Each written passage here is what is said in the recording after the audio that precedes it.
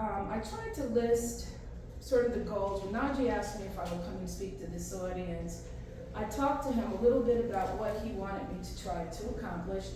And we already talked about, he really wanted there to be something for everyone, regardless of where you were with your collecting journey.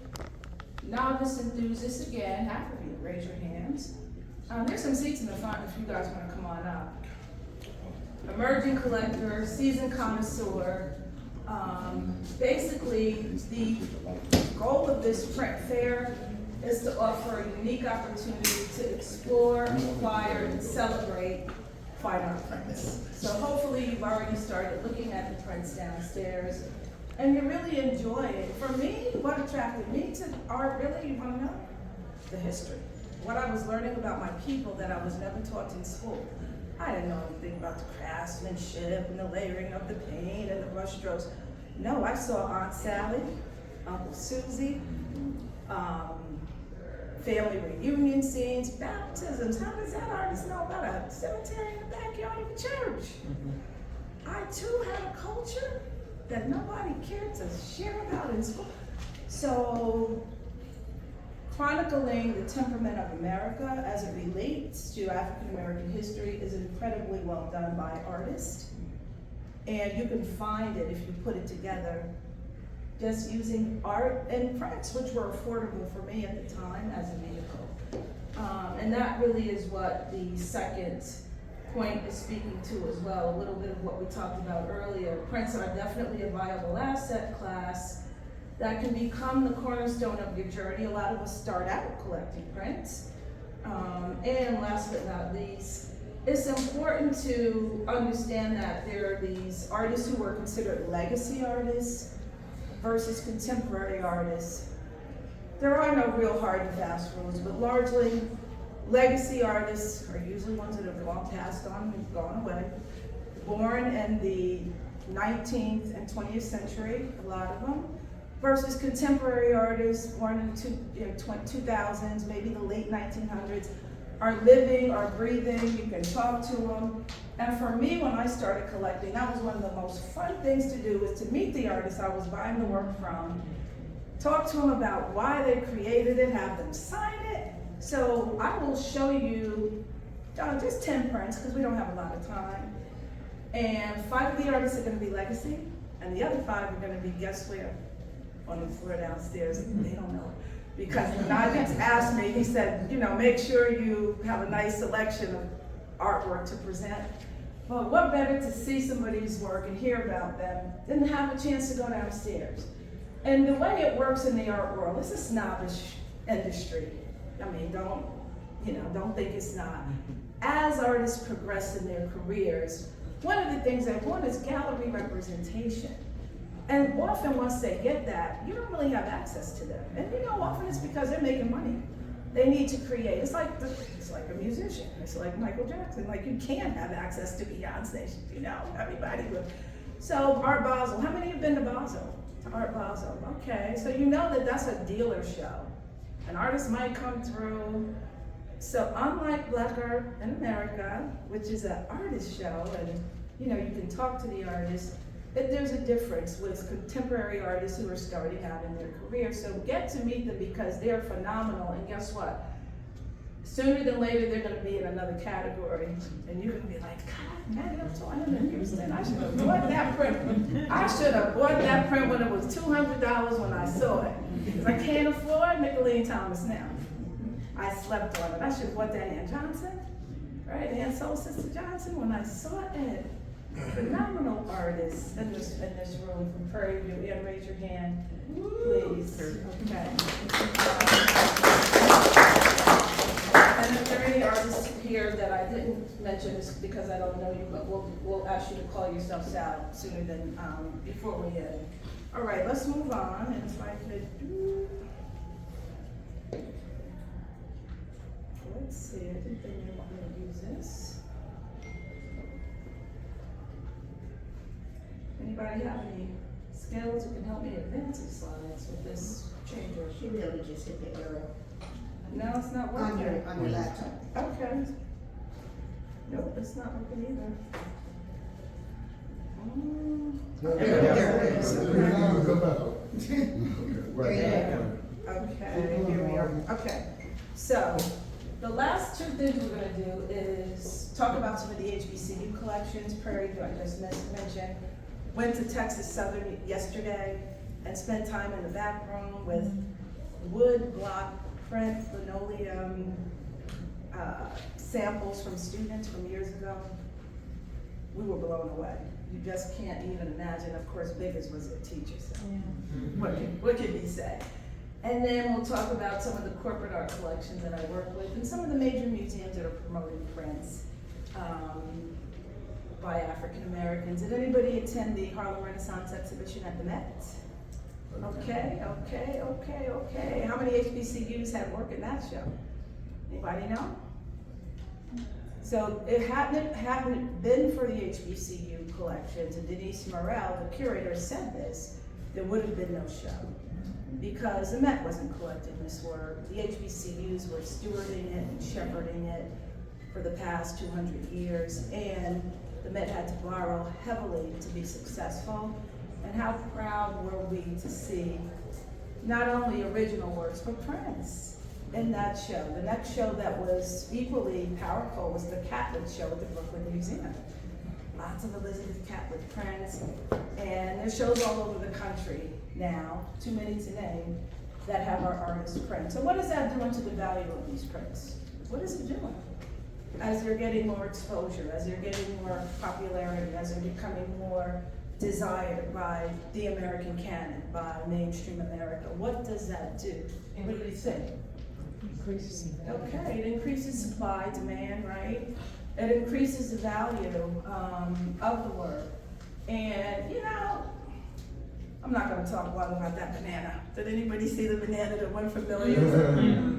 People just have to want it for the value to go up. So, I mean, some things make more sense than others. The prints make perfect sense because, you know, one of the things that's incredibly important to me is that you have an opportunity to focus on preserving and promoting narratives that have shaped the cultural landscape for the African American population, and that's critical. You know, it's been almost 200 years now, and we're just starting a lot of this work, and I feel like, I say to my financial advisor all the time, I can't retire. I have too much work left to do now before the end. In this space, this is where I want to play. Where do you want to go on vacation, Valerie, for this summer? Greece, Dubai. Oh no, I did all that when I was in my 20s at Goldman. I was lonely traveling to Europe. I want to go to Jackson, Mississippi. I want to go to Arkansas for the first time and see University of Arkansas, Pinewell. I want to see Philander Smith. I want to get to know my people and my history. And it's here in this country, and I'm embarrassed that I have never traveled to Mississippi or Arkansas or Oklahoma, and I'm in Houston for the first time today. Welcome. Okay. Texas Southern yesterday, Prairie View Monday, Houston Tillotson this morning. And I've been to Houston Tillotson because I appraised their collection right after the pandemic. So I knew Boston a little bit. All right, let's move on. I think we talked about the importance of investing in the fine art prints asset class because it adds to your inventory of appreciating assets. And I pointed that out because I think we as a culture sometimes invest in assets, lots of them, but they're not always appreciating assets. What is one of the number one things African American people, and I'm not stereotyping, I think this is a real fact, spend money on that depreciates? Mercedes 600, convertible, that Beamer, right? Cars. And I'm not saying don't do that, you work hard, you deserve it, but think about something that's going to appreciate over time, that's timeless, that you can pass on from one generation to the other, and the value is maintained at best, and more than likely it's going to increase. And if nothing else, there's some history being passed on, some meaningful, rich, priceless almost history, if you ask me. Okay? And again, because of the prominence in the museums, we are, you know, the prints are being heavily sought so I have to. Are you talking about signed prints? We'll get to that. Okay. That's a good segue into Okay. my next slide. I want to get from behind this. It's a little awkward here. If I move it, will it move? Or it's, okay. I don't have an accident though, so, okay. So what am I talking about when I talk about fine art prints? Because prints is a very broad term. It can mean many different things. So first of all, I want to establish that when we talk about art as an asset, there are two categories that I'm going to differentiate. One is a category of unique objects, one of a kind. And things like paintings, okay? What is the medium of the painting? What are paintings created with? What material is used to create a painting? Canvas. That's the substrate. Oil is the medium, okay? Oil, acrylic, right? Or paintings. How does it differ from a work on paper? A work on paper is created on paper, which is the substrate. It's the material that the medium is placed on, right? The paintings are usually on canvas, don't have to be, but some of the older legacy artists use board, use the washboard, use whatever they had, use the washboard. Right, and has a collection of washboard series art, it's fabulous. They use what was available, but the point is they're unique and they're usually more expensive than things that are duplicate. Sculpture, assemblages, African objects, unique objects, textiles, Geesman's quilts, tapestries, rugs, sweetgrass baskets, right? These are asset classes, and when we appraise art, we usually organize them this way. Next, you have duplicate objects, and that's what we're going to talk about today, to answer your question. Prints, but fine art prints. Prints that were made with some sort of hand engraved process with some sort of material that you carved the image in. So a woodcut is made using a piece of wood. I'm going to simplify this. With a chisel or a tool, and you, like at the potato exercise we did in kindergarten, cut the little hole out of the potato, slammed it in the paint, put it on the paper. Mommy, look what I made today. The woodcut process, you'll see a lot of them downstairs, and you can see that black line and how it was like etched in the wood.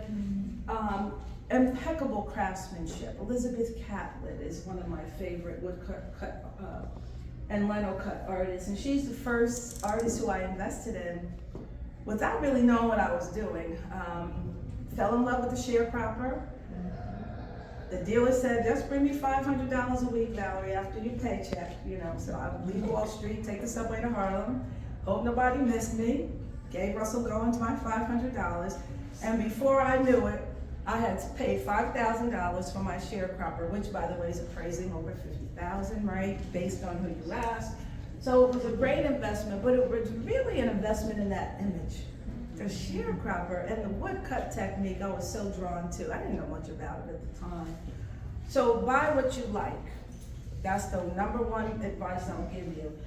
Lino cuts are similar to woodcuts, similar process, imagine a chisel, but made with a piece of, how many of you had grandparents that had linoleum floors in the kitchen? Yeah. They would scrub those things with the pine saw. Man, don't go in there with the wet floor. They get tracks. You would get all right, so next, then the next two techniques that evolved in terms of technology, etching and engraving, and they may have been around at the same time, but you can imagine thousands of years ago, in the biblical days, on stone, the people in Africa and Egypt, hieroglyphics, used some sort of a needle to etch things with in a stone and create letters and hieroglyphics, calligraphy, wedding invitations. It's a form of printmaking and art. So you'll see some artists. Why do some artists practice printmaking using woodcut methods versus etching or engraving? What do you think? That's what they had. Price, materials, and what else? It's what they like. This is a choice for most of them. Some of the artists for a living were graphic designers, or graphic artists. Grafton Tyler Brown from the Midwest was a very famous African-American early artist who for a living was a graphic designer, and a lot of his images of cities and architecture became used for aesthetic purposes only, which means they became fine art when they no longer had a practical purpose. But artists really are drawn to create in mediums or styles that they like. Serigraphs and lithographs, sort of the last official fine art printmaking techniques in that they were more modernized in technology and required a press and a block, a press with a block, a piece of paper, and an ink. So when you go downstairs, pay attention to the square, to the block. You'll see it. You'll see it embossed in the paper, and I'll show you some of that as we go on. And then other duplicate objects in terms of fine art. Photography, sometimes it's called fine art photography. Name a famous African-American fine art photographer. Who comes to mind? Van de Zee. Who else? Gordon Parks, okay. Gordon Parks, the Skurlock brothers, if you're from Washington, D.C. They were up there too. And there could have been so many others, you know, had America been more inclusive, but we were happy to have those three. Offset lithographs, what are they? What are they borrowing from this name? What's an offset lithograph? We buy them all the time. What is an offset lithograph? We call them prints, right? Charles Bibbs, Pancho Brown. They're highly specialized photocopying processes that are made that are used to create prints that are high quality looking photocopies, but they're photocopies, right? They're offset lithographs. They're mass produced, and we love them because we can buy them and afford them and enjoy them. How many bought a print of the funeral procession? Ellis Wilson, you saw it on the Cosby Show, I gotta have that. And you bought it, and you enjoyed it, right? So there's nothing wrong with an offset lithograph. Sometimes artists will, you know, do a run of 1,000. You know, at that point it's a commodity, but it's okay. So let's talk a little bit about now, and then posters, you know what a poster is, right? And there's nothing wrong with a poster. Now you might have a poster for this show. You might buy it in 100 years from now, it might have some value. So let's take a deep dive. This is meant to teach you a little something, so sorry if it's less visual right now and more educational. How am I doing with time? Somebody please make sure. 27. Okay, all right. So just some working vocabulary of fine art print terms that I think are important. And I want you to lean into this. Oh, no, I didn't. Okay. I thought that was my, okay, I thought that was my, I'm gonna put this down. It's not doing a thing, it's gonna get me in trouble. Thought I had a laser, so I don't have to point. Pardon me for pointing. So the print column, we just went through the different types of prints. Know the difference between a medium, which are materials that are used to create the art. Oil, pastel, ink, crayon, what else? Name another medium. Watercolor. Found objects. Found objects, okay. And then what the material is called, that the medium or media is placed on, is the substrate. Oil on canvas is the substrate.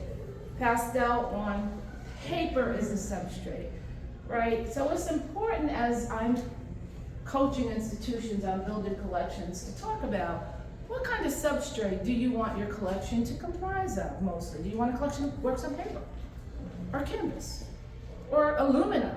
If you're a chemical company and produce aluminum, that's like real sexy to have art that reflects what you do all day, you know? So you can print images today on just about any substrate. Board, aluminum, you'll see some prints downstairs printed on material, on fabric. Now, does that make the print tapestry? No. Or is it print? Okay. Some might say, well, that's mixed media. Well, you know, it's mixed media. But so basically, medium is different from substrate, but we often say it together. Okay. What's important is also the care of your substrate. If you're investing heavily in something that has a certain type of wood and you need to have a certain type of oil because you bought it from Africa, you know, sometimes you might not want to invest so heavily in something that requires such high maintenance. So you need to know as you mature with your collecting. But for prints, most of your prints are going to be on paper. They may say Japanese paper or rice paper or fabric, but largely they're going to be on some flat two-dimensional surface.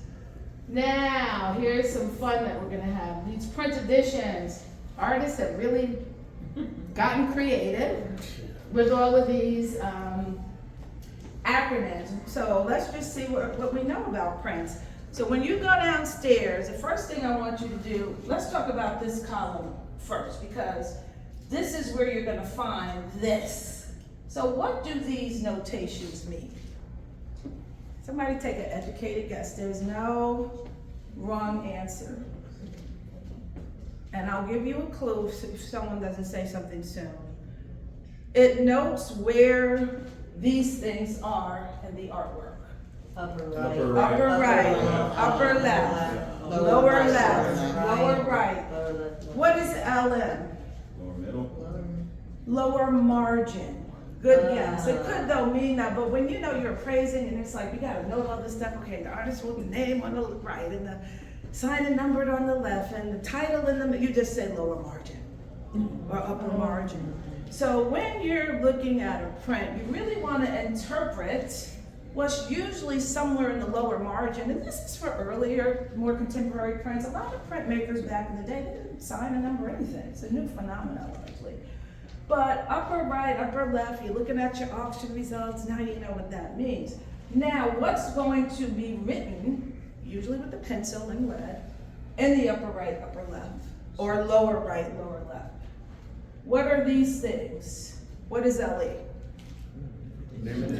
That means that the edition of the print that you're purchasing or looking at is limited in number. We know there's more than one, because if it wasn't, it would be an original.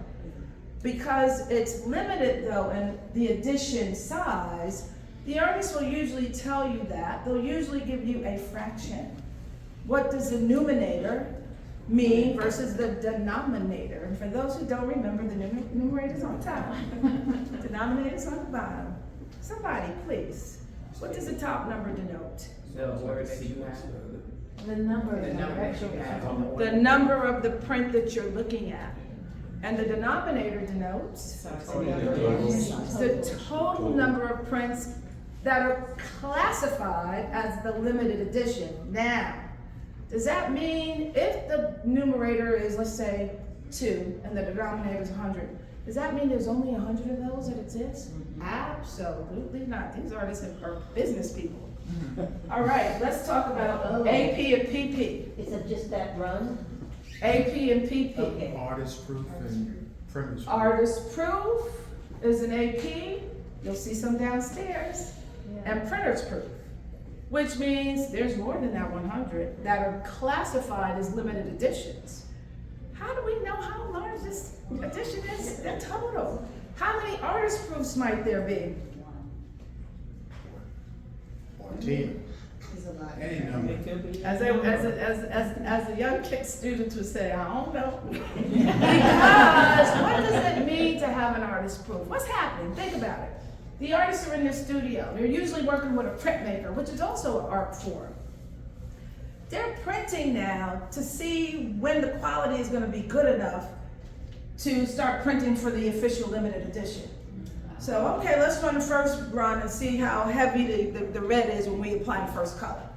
And I don't like that so much. Here, cousin, you can have that one. Okay, let's do it again, apply a little bit more red. Okay, it's starting to look good now. Okay, here, Susie, Sally, and Joe, my friends from college, you have these artist proofs. I'm proofing, right? All right, now let's apply the green. Now we have a red and a green. My catlet sharecropper has a brown face. Has a brown face. You don't see that one often. I can imagine that conversation. So the artist proof, unless artists really document, like as they're proofing, you printed things and as you're producing reports for work, spreadsheets, gotta center it a little bit more, we recycle it today, but it's a similar concept. It's often not tracked that heavily. And then printer's proof, before the artist comes, oh, let me get this set up just right for Catherine before she walks in. Oh no. Printer has to show his or her worth too by making sure this print is of the quality he or she expects the artist to like. So their printer's proofs, their artist proofs. Valerie. Then you can get to the limited editions, yes. There's also TP, test proof. Okay, so the point being, duplicate objects. Duplicate objects. Now, as artists mature in their career and their art is being collected as an asset class, they are very, very stringent on control of the number of objects, because think about it. What's more valuable? A print that's smaller in size, in the edition size, or one that's larger? Larger, it's more accessible, more people can have it. But what's more valuable? Limited. The smaller ones. Why is that? Because it's rare. It's close to now being an original.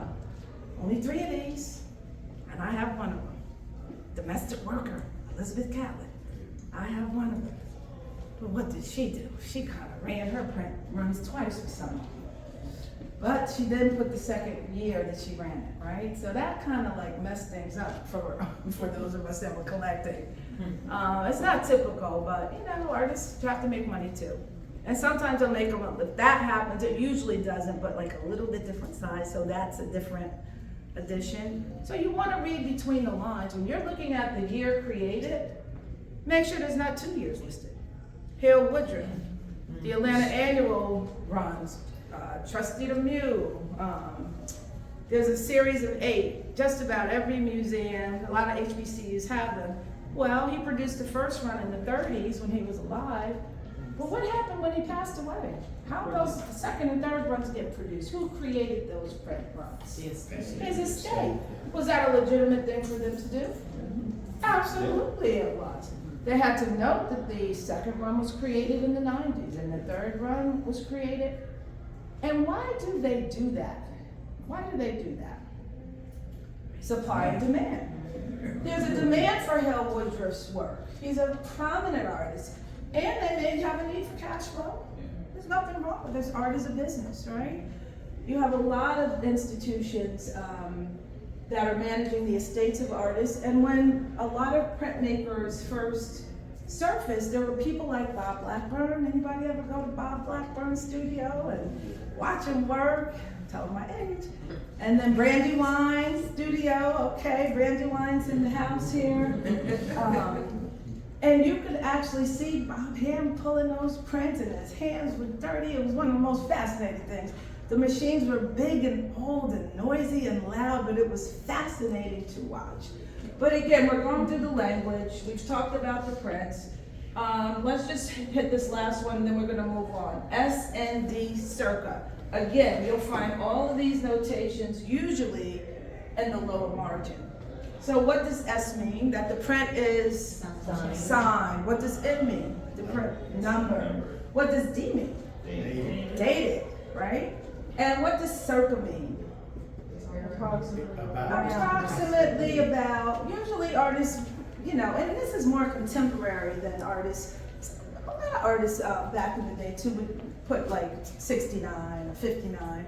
But if they don't have it, if a print doesn't have a date and I'm appraising it, I will research and put, oh, this had to be made during this year, circa, and it usually means within a 3 to 5 year time frame of what you put, because there is no date, like the G's bin quotes, we do it all the time. We really don't know, but we know based on when the artist was born and when they died, it had to be after they became an adult and when they were creating. So you could kind of make assumptions. All right, so let's move on. We talked about the appraisal valuations. You have to take my appraisal class next to have a deeper dive if you're interested. But again, those valuations are ones you want to watch when you're having your art collections, in particular your prints value. You want to know the difference between two valuations primarily. Fair market, which doesn't have anything on the top. It's what you use when you're working with the IRS. If you're going to make a donation to a museum, to a HBCU, you're going to have an appraisal, and the art is going to be valued at fair market value. And that's just what a willing buyer would pay a willing seller. We use the auction market all the time to get comparables. But we don't add anything onto that. No framing, no shipping, no custom fees, no duty tax. It's just a fair market value by itself. So your donation will be recorded at fair market. Normally people will say, well, you know, try to get some nice comps for me so I can have a bigger tax write-off. And I'm like, okay, I'm gonna do the best I can, but be honest, you know, because we can't make it up. And that's why I, the STEM child, like appraising, because you can't make it up. There's a black and white methodology to what we do. The flip of that is you're settling an estate. Someone has passed away, right? In that case, you're gonna whisper in my ear, try to get some low comps so my capital gains tax aren't that high. I'm gonna do the best I can. We really don't like people telling us how to do our job. They do it all the time. Well, Valerie, this piece is worth so-and-so because my grandmother had it and it hung on the dining room table on the wall where we had every Thanksgiving dinner and family reunions, and it's so special. And you're like, okay, thank you for the information. But people feel that way about homes, especially if they're moving out of the house that their parents lived in for 60 years. Gotta be worth more than the others on the block, right? It's a feeling, but don't get that confused with reality, because they're two separate things. Christmas is Christmas and business is business, right? All right, and then your auction prices, don't be afraid of the auction market. Watch the auction. How many watch Antique Roadshow? You guys are gonna see me on there one day. That's on my bucket list. I'm trying to do that. All the little southern states with the HBCU schools, I want all the people to come out with their little stuff. My grandmother left this close to me. That is really on my bucket list. Hammer price. What is that? If you buy something at auction, what is the hammer price? It's the fair market. It's what the person said, I'll take it for $10. And then what do they add on to it, to the buyer? Yeah. So the house can get their cut. How many play cards in here? You know the house has to get a cut, right? So the auction house has to make money. So they'll say, okay, buyer, you're gonna buy this for $100 because I saved you the trouble of shopping for it. I found you a really good deal. 10% I'm gonna add on top of that, or 20 as our commission. So when you look at auction results, to see what your art might be worth, make sure you're looking at, you know the difference between whether you're looking at the hammer price or price with a buyer's premium.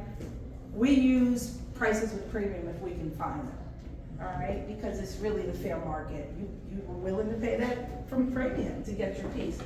A lot is usually what they call the item that's being sold. Lot number one, lot number two. Sometimes there are two things in a lot if there's a series of two that the seller wants to sell together. And what you place in terms of the amount you're willing to buy the item for is a bid. It's as simple as that.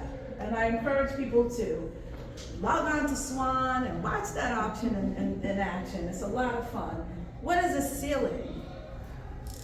What is a ceiling? If you're bidding and you know you only have $10, you'll say, my ceiling is 10, I can't spend any more than that. You may have 10,000, and that's all you really want to spend. And somebody's going 10,001, and if you're asking someone to bid for you, they know to stop, right? The other flip of that is you may own an object and really need to get rid of it. You just don't want it anymore. But you don't want to give it away. So you may say, sell this at the auction, but don't go any lower than the floor, which might be $100.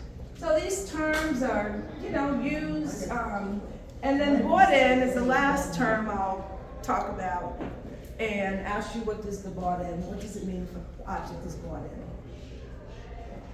Didn't sell. Had to bring it back in. So why is the object brought in? What makes an object not sell at auction? There's no demand. Okay? It might be that it was overpriced. There might not be a demand. What happens if it gets brought in a few times? You keep putting it out there and it gets brought in. It keeps getting brought in. What's the term that it's called after that? Trash? No, I'm kidding. Well, there's some truth in every drink, right? It's called burnt. That piece is gonna get burnt and keep putting it out there. We can think of other situations where that might happen. Like, stop putting yourself out there. You know, you're gonna get tarnished. So you don't wanna keep putting something up for auction. Same thing with a house. If it's on a market, 200, 300, something's going on, right? So we're gonna go quickly now. I want you to go downstairs and put what you just learned to work. How much time do I have left? 2:45. Okay, good. You're gonna go downstairs, this is your homework. I want you to find these prints, there's only 10. We're not gonna talk about prices, I want you to find them on your own, but they range from 3 digits in the hundreds to the thousands. There's something for everyone, remember how we started. Collecting prints is a affordable hobby that novice enthusiasts, emerging collectors, and the most mature connoisseurs can participate in. And that's why I love it. Again, Elizabeth Catlett, I purchased my very first print from her. It was a sharecropper.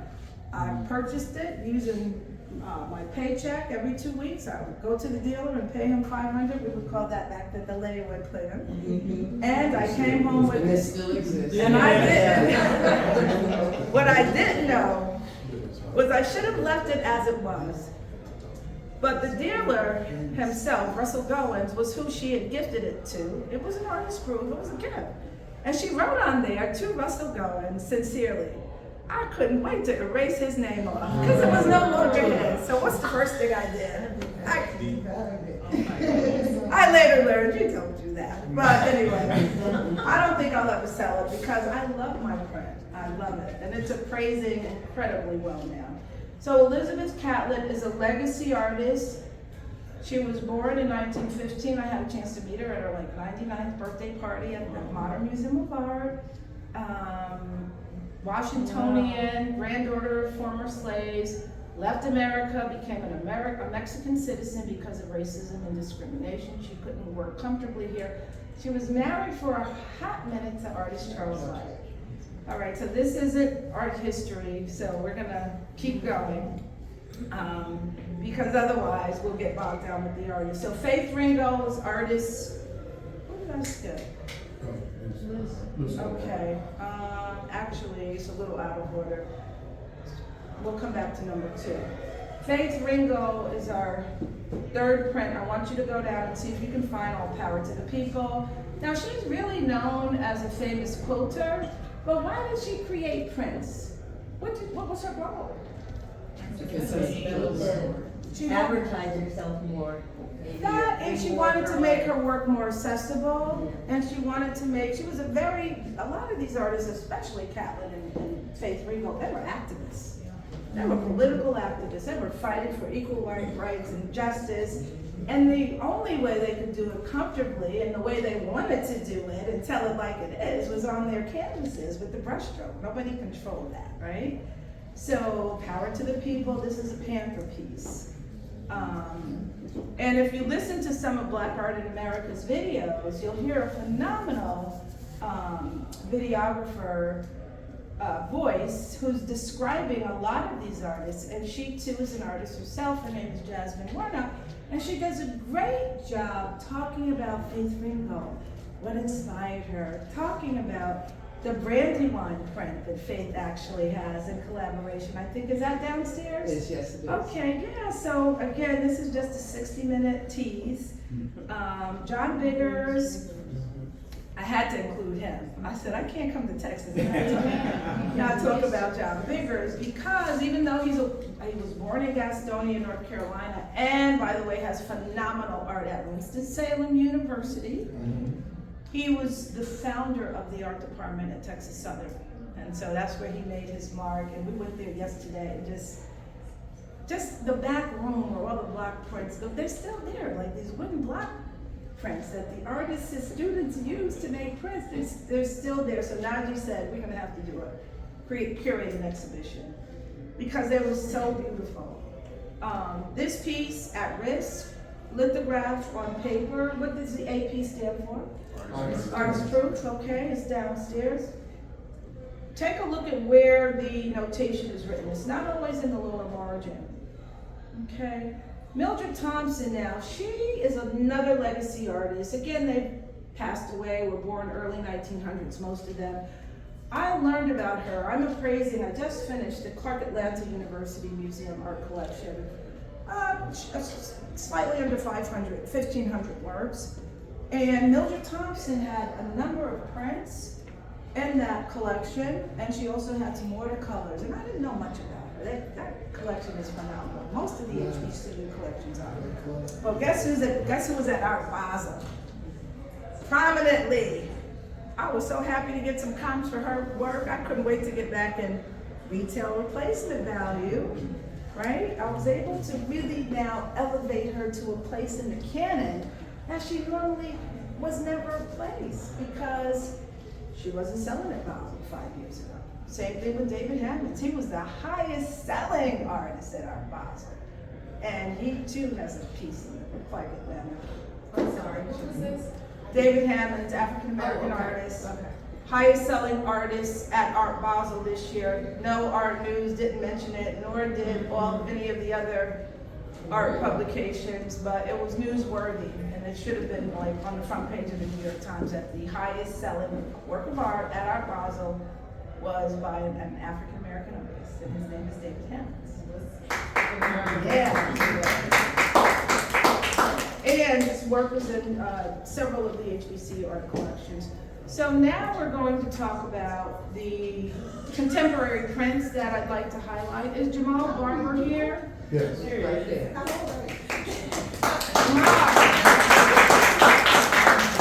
So remember I said the legacy artists are the ones you want to buy. You know, most of them now, you have to have your little layaway plan in place. But they're more expensive because because they don't produce anymore. They become rarer and rarer as time goes on. And they're no longer available in the secondary market. So they will anchor your collection, right? But the contemporary artists will allow the collection to have sustainability, growth, and it'll provide a continuum for you to collect. And at some point, Jamal's hair is going to be gray, and he's going to have legacy in front of his name. But guess what? Today, he's a contemporary artist. You can talk to him, you can ask him what inspired him to create this piece called A Council of Negro Women. How many faces do you see when you look at this piece closely? Closely. Closely. And what was somebody tell me what substrate did he use? Come on, students, what substrate? The medium. It's fabric. Fabric is the substrate. Why did he use fabric instead of paper? Ask him after class. We don't have time. Ask him after class. Fabric. But he could have used paper, he could have used board, he could have used many different substrates. So artists are creative that way. All right, so Tracy Mims is not here, but she's another contemporary artist that produces a lot of work, works with Black art in America. And some of her work was recently acquired by a museum. And then we have, I just call him Don, because his name has a lot of syllables. Don, somebody pronounce it for me. Don Taneri, yes.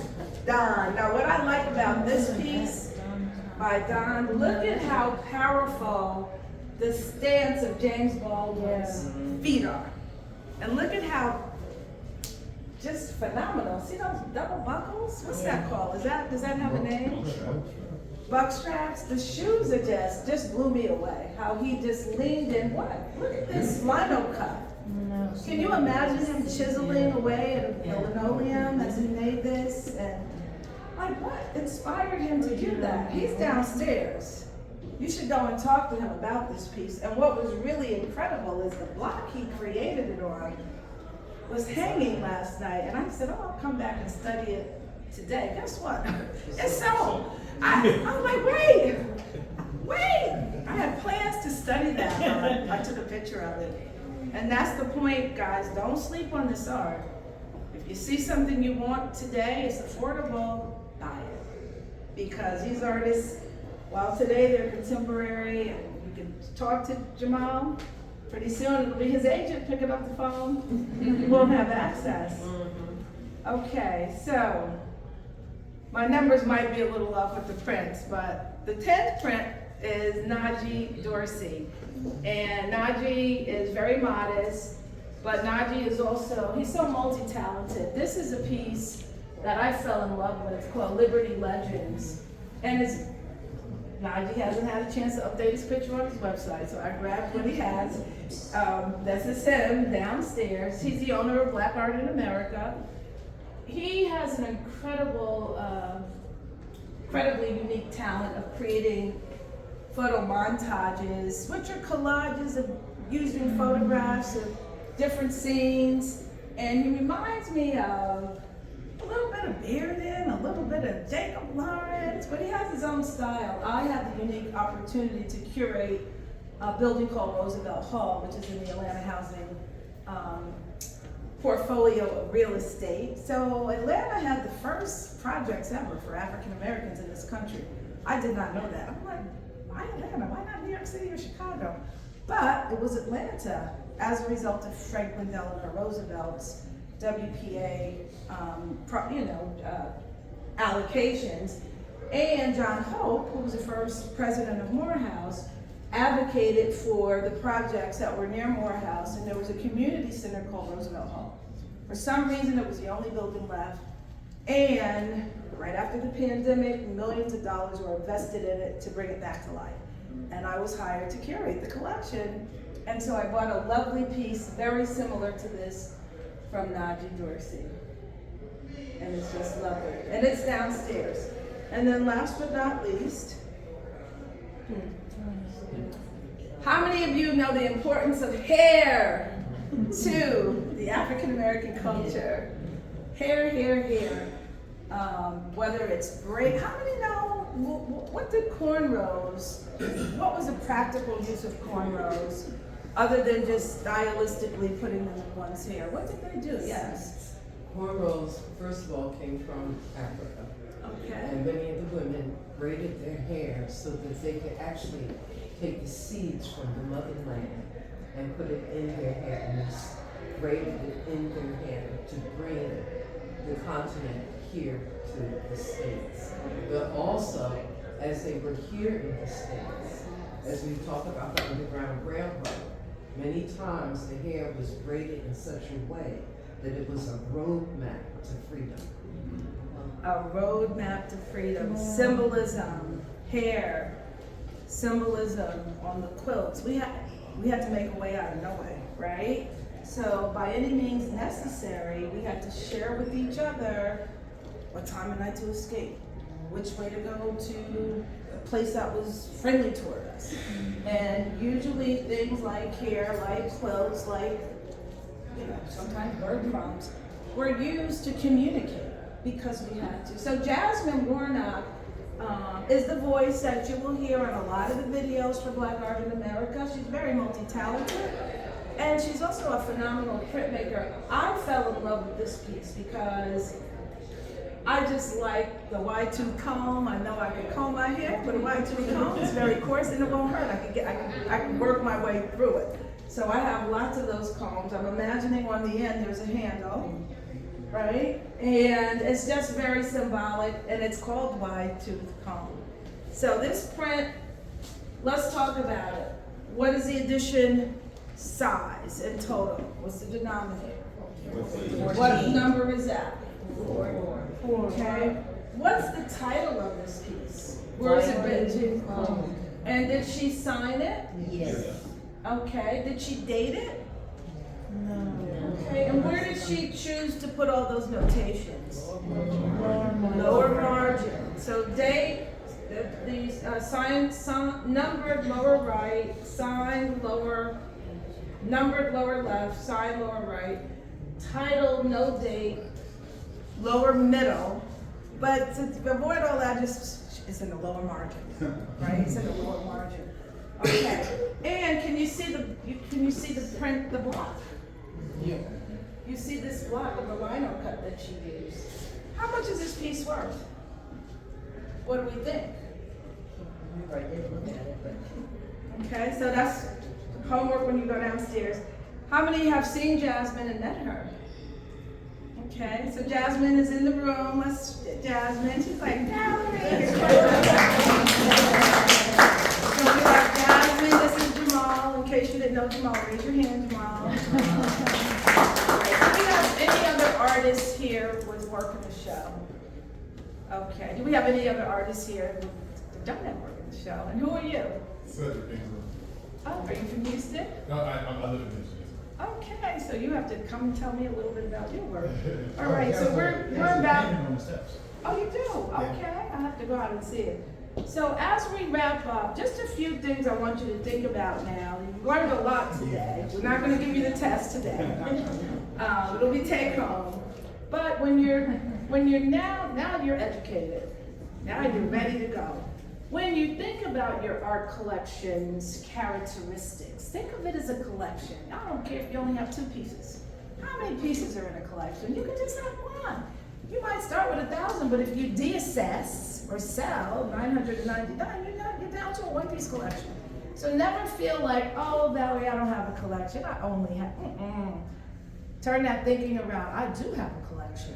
It might be Annie Lee prints, Big Wiz, and ponchos, and but that's how a lot of us started, with those fun, feel-good prints that we could afford, right? So when you think about shaping your collection and growing it, think of it almost like a child and how you would groom them as they grow up in life. What is the mission of the collection you're building? Is it to have art by women, by local artists? Is it to have art that makes an educational statement that teaches, or it might be just abstract? Because you don't want figurative. I have a lot of African American customers. They do not want any figurative art in their house. It doesn't speak well to who we entertain. Okay, I can sell you whatever you want, but it's personal. It's very personal. I buy a lot for institutions. I can buy for a facility today and get a new CEO. This does not work for me. Get rid of it, I want something different. Okay, this is what we do as our consultants. So what is the purpose of your print collection, right? And it can be eclectic. I just bought it because I liked it. But over time, as it appreciates, you might want to start giving it some thought. When did you find it? How did you acquire the pieces? Did you buy them? Were they donated to you? What's noteworthy in your collection? Do you have anything that the Met might want to borrow? Or this museum might want to borrow? So you want to think about, your collection as an asset that you want to be attractive and appreciate. I've purchased a few Elizabeth Catlets that I don't really like. Love you twice. But I got a good deal. I could not let that piece go.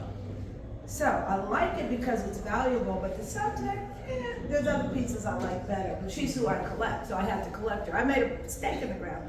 I'm collecting Catlett. Started out with the sharecropper and I kept going, right? I have one sculpture. Now, do I want, or do you want a collection that's diverse? And diverse could mean by ethnicity, it could mean by the different types of substrates. Only want a print collection, only want to buy African American artists, but I want some of my prints to be printed on paper, on fabric, on board, because I want diversity by substrate. It's a personal choice, there's no right or wrong answers. You might want your collection to have Caribbean influence because your parents are from Jamaica, or Haiti, or New Orleans. You might want European because you're mixed race and you want to show your German culture and your, so the point is, give it some thought and try to have a purpose as you grow in the art collection field. It becomes less of a hobby and more of something serious you think about. And then preservation is important. Again, is your collection insured? What do you mean you want to share property for $5,000 and it's still insured for that? Bro, you know that thing is worth $6,000. You have to have it marked to market by someone that can value the art. So I'll leave you my information. I appraise every day, and it's something that there's lots of us in the country that do it, and we appraise for just about every asset class. My specialty is African American art. I cannot appraise African objects. I just don't know the difference between something from Ghana, from South Africa, from Kenya, it's not what I studied. I can't appraise wine, I can't appraise clocks. I can't appraise dolls, I can't appraise vintage clocks. There's so many things that get appraised. But I can appraise works by African American artists. That's my specialty.